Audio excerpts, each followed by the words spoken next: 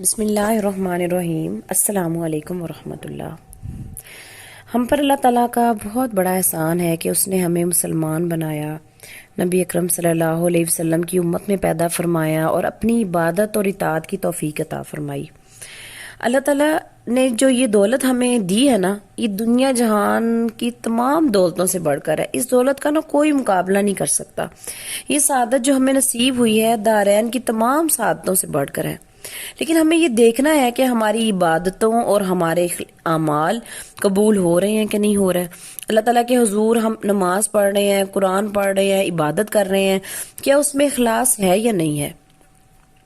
کیونکہ اخلاص ایک ایسی چیز ہے جس کی بنا پر اعمال کو قبولیت کا درجہ ملتا ہے۔ اگر نیتوں میں خلوص نہیں ہے نا تو کوئی عبادت، کوئی عمل بھی اللہ کے ہاں مقبول نہیں ہے۔ اللہ تعالیٰ اعمال کو نہیں دیکھتا، آزاد جوارے کی حرکتوں کو نہیں دیکھتا، وہ دلوں کو دیکھتا ہے اور دلوں کے اخلاص کو دیکھتا ہے، وہ نیتوں کو پرکھتا اور جانچتا ہے۔ آپ صلی اللہ علیہ وسلم نے فرمایا کہ اللہ تعالیٰ تمہاری صورتوں اور تمہارے مالوں کو نہیں دیکھتا، وہ تمہارے دلوں اور تمہارے اعمال کے اخلاص کو دیکھتا ہے۔ آپ دیکھیں کہ کتنا مشہور واقعہ ہے، وہ حضرت موسیٰ علیہ السلام کے دور میں ایک آدمی جو ہے وہ کہتا تھا کہ اللہ تعالیٰ میں آپ کی کنگھی کرتا، میں آپ کے بال بناتا، آپ میرے پاس ہوتے، میں آپ کا اس طرح خیال رکھتا۔ حضرت موسیٰ نے کہا کہ تم کیوں بے ادبی کر رہے ہو؟ تو فوراً جو ہے وحی آئی اور اللہ تعالیٰ نے کہا کہ موسیٰ میرا بندہ میری تعریف کر رہا تھا، تم نے کیوں نہیں تعریف کرنے دی؟ تو گویا کہ اللہ تعالیٰ نے اس کے الفاظ یا اس کی بے ادبی کو نہیں دیکھا تھا، اللہ تعالیٰ نے صرف اس کے اخلاص کو دیکھا تھا، اس کی نیت کو دیکھا تھا کہ وہ کتنی زیادہ محبت سے، چاہت سے اللہ کو یاد کر رہا ہے۔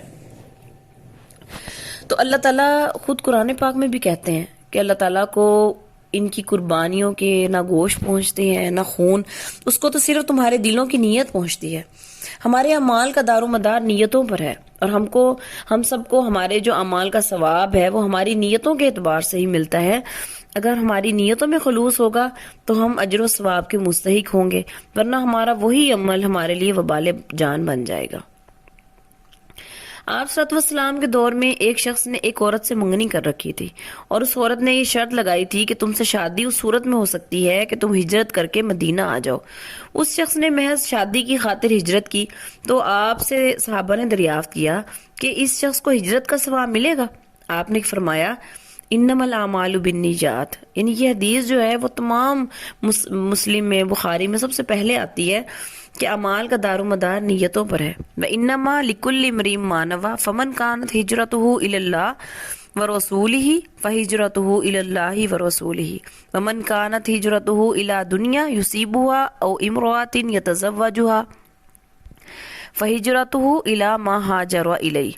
یعنی ہر آدمی کو وہی ملے گا جس کی اس نے نیت کی، بس جس کی ہجرت اللہ اور اس کے رسول کے لیے ہوگی اس کی ہجرت اللہ اور اس کے رسول کے لیے ہوگی، اور جس کی ہجرت دنیا حاصل کرنے یا کسی عورت سے شادی کرنے کے لیے ہوگی اس کی ہجرت اس کے لیے ہوگی جس کے لیے اس نے ہجرت کی، یعنی اس کی ہجرت کا ثواب اسے نہیں ملے گا بلکہ اس کو وہی ثواب ملے گا جو اس نے شادی کے لیے ہجرت کی تھی۔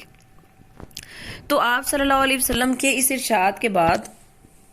تمام صحابہ جو تھے وہ ان کو مہاجر قیس کے نام سے یاد کیا کرتے تھے، وہاں سے مہاجر قیس کے نام سے وہ مشہور ہو گئے تھے، کیونکہ وہ عورت جس سے شادی کرنے کے لیے اس نے ہجرت کی تھی اس کا نام قیس تھا۔ تو اخلاص نیت کا مطلب یہ ہے کہ ہمارا ہر عمل اور ہماری ہر عبادت صرف اللہ کی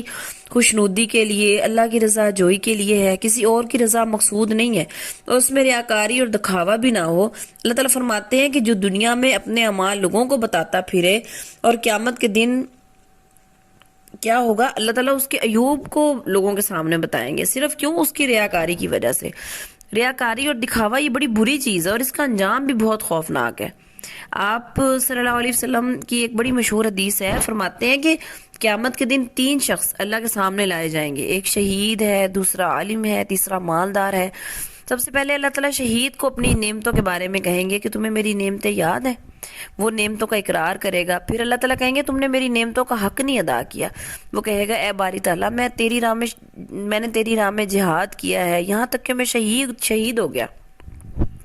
تو اللہ تعالیٰ فرمائیں گے نہیں، تم جھوٹے ہو، تم نے جہاد میرے لیے نہیں کیا تھا، تم نے جہاد اس لیے کیا تھا کہ تم بہادر کہلاؤ، لہٰذا دنیا میں تمہیں بہادر کہا گیا، اب یہاں تمہارا کوئی اجر نہیں ہے، اور فرشتوں کو حکم ہوگا کہ اس ریاکار شہید کو منہ کے بل گھسیٹ کر جہنم میں پھینک دو۔ فرشتے فوراً حکم کی تعمیل کریں گے۔ دیکھیں نا کتنی بڑی ایک سعادت ہے، شہادت، لیکن اگر اس میں بھی ریاکاری آ گئی ہے تو اس کا بھی کوئی فائدہ نہیں ہے۔ اسی طرح اللہ تعالیٰ دوسرے شخص کو بلائیں گے جو عالم دین ہوگا، جس نے دنیا میں خود بھی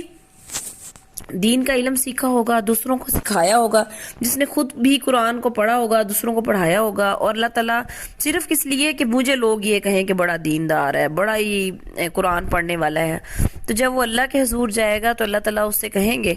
کہ تو نے جو ہے نا یہ میری نعمتوں کا حق نہیں ادا کیا، تو نے تو دنیا کی خاطر قرآن کو پڑھایا ہے۔ اللہ تعالیٰ فرمائیں گے کہ تو نے علم دین اس لیے سیکھا تھا تاکہ تو عالم کہلائے، تو نے قرآن اس لیے پڑھا تھا تاکہ تو قاری کہلائے، تو دنیا میں تو تیری تمنا پوری ہو گئی، لوگوں نے خوب تجھے عالم، حافظ اور قاری کہا، اب یہاں پر تیرے لیے کچھ نہیں ہے، یہاں سے اس دربار سے تو خالی جائے گا،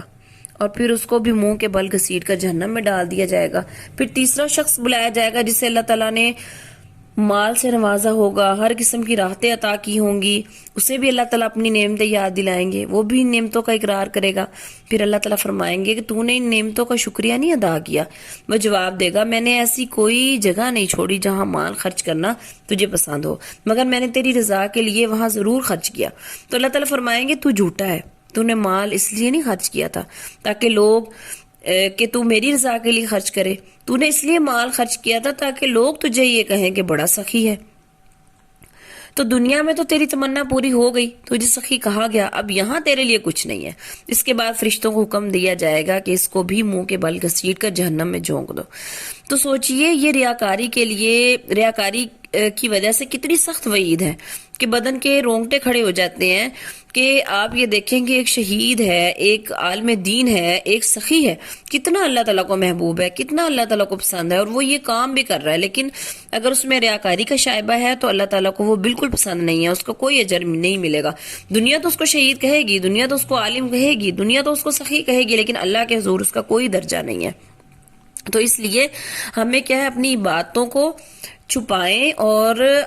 اس میں جو ہے خلوص نیت ہونی چاہیے۔ بعض اوقات ہم اس لیے بھی کسی کے سامنے نماز پڑھ رہے ہوتے ہیں کہ ہم نماز پڑھ رہے ہیں، ہمیں دیکھ کے نماز پڑھ لے گا، ہم قرآن پڑھ رہے ہیں، ہمیں دیکھ کے قرآن پڑھ لے گا، یہ نیت نہیں ہوتی کہ ہمیں نیک سمجھے گا، ہمیں نمازی سمجھے گا، ہمیں جو ہے یہ عالم سمجھے گا، یہ نیت نہیں ہوتی۔ تو ہماری نیتوں پہ ڈیپینڈ کرتا ہے، بعض اوقات ہم چھپ کے عبادت کر رہے ہوتے ہیں اور بعض اوقات ہم ظاہری عبادت کر رہے ہوتے ہیں، لیکن ہماری نیت خالص ہوتی ہے تو اس کا ہمیں اجر اور ثواب بھی مل جاتا ہے۔ تو اعمال کا دار و مدار نیتوں پر ہے، ہم نے اپنی نیتوں کو خالص کرنا ہے، اللہ کی رضا کے لیے کام کرنا ہے۔ ہم اپنا ایک پیمانہ مقرر کر لیں کہ ہم نے جو بھی کام کرنا ہے اس میں صرف اور صرف اللہ کی رضا ہونی چاہیے، ہمیں دنیا سے کوئی غرض نہیں ہے، کوئی مطلب نہیں ہے، کوئی اجر دینے والا ہمیں دنیا میں نہیں ملے گا، اللہ ہی ہے ہمیں دنیا میں بھی اجر دیں گے اور آخرت میں بھی اجر دیں گے۔ اس لیے ہمیں اپنی نیتوں کو آج سے ہی صاف کرنا ہے۔ آپ دیکھیں کہ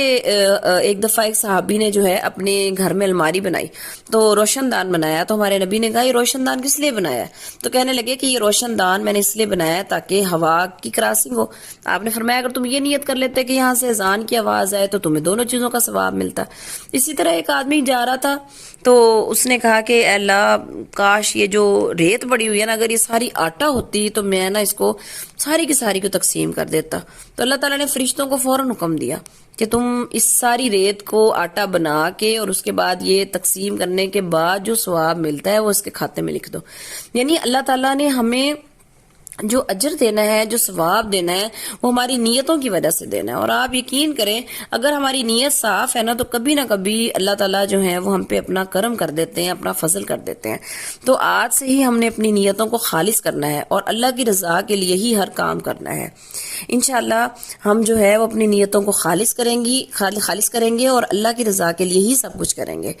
تو اللہ تعالیٰ سے دعا ہے کہ وہ ہمیں ریاکاری سے محفوظ رکھے اور اپنی عبادت کرنے والا بنائے، ہماری نیتوں کو خالص بنائے۔ وآخر الدعوانا ان الحمد للہ رب العالمین۔